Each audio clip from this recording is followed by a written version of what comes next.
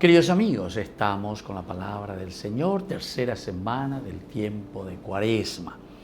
Hoy desde el libro del Deuteronomio, capítulo 4, 1 al 5 y luego el 9, Moisés habló al pueblo diciendo: y ahora Israel, escucha los preceptos y las leyes que yo les enseño para que las pongan en práctica.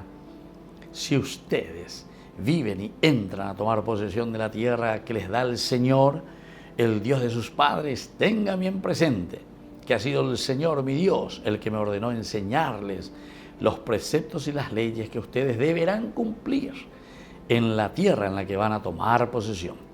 Obsérvenlos, pónganlos en práctica, porque así serán sabios y prudentes a los ojos de los pueblos, para que al oír todas estas leyes digan: realmente es un pueblo sabio y prudente esta gran nación.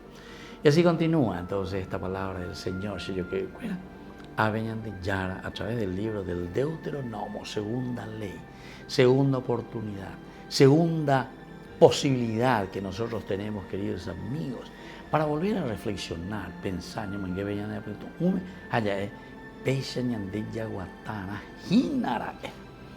eso es el libro del Deuteronomio, la segunda ley, segunda oportunidad. Primero entonces, y por eso dice: esto es lo que ustedes tienen que tener bien presente.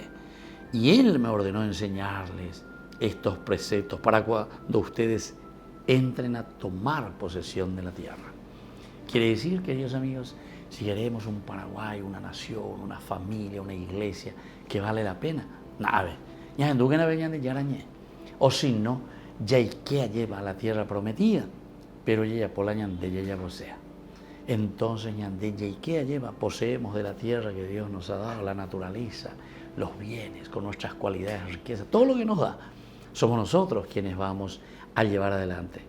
Pero sin embargo, si no somos, como dice, una nación sabia y prudente, ciertamente después, queridos amigos, que vamos a la bancarrota. Pidamos esta gracia en este tiempo de Cuaresma. Ya anduve de yarañe, ya poa lleva, ya cumplí, peñan de yara y añandé a través de sus preceptos y sus mandamientos. Que la bendición de Dios descienda sobre cada uno de ustedes, el Padre y el Hijo y el Espíritu Santo. Amén.